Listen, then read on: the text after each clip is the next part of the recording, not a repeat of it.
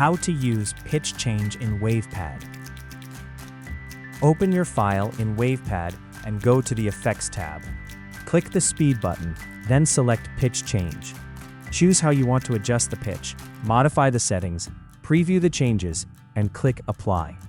Continue watching this tutorial for more details on how to use pitch change in WavePad.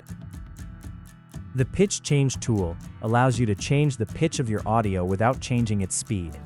To use it, open your audio file in WavePad.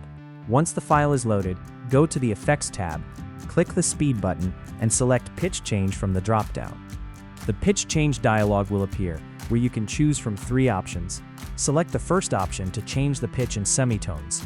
Move the semitone slider or enter a value in the text box. The higher the semitone value, the higher the pitch of the audio.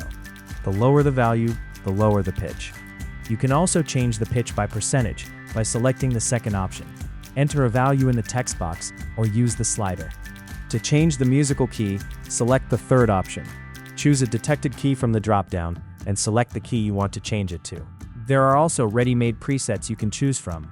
You can adjust the settings and save a custom preset by clicking the Save Preset option.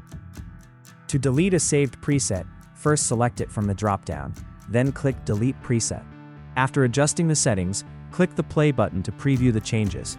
While playing, you can hold the Bypass button to hear the original audio and compare it with the processed version. Click the Reload button to refresh the preview waveform.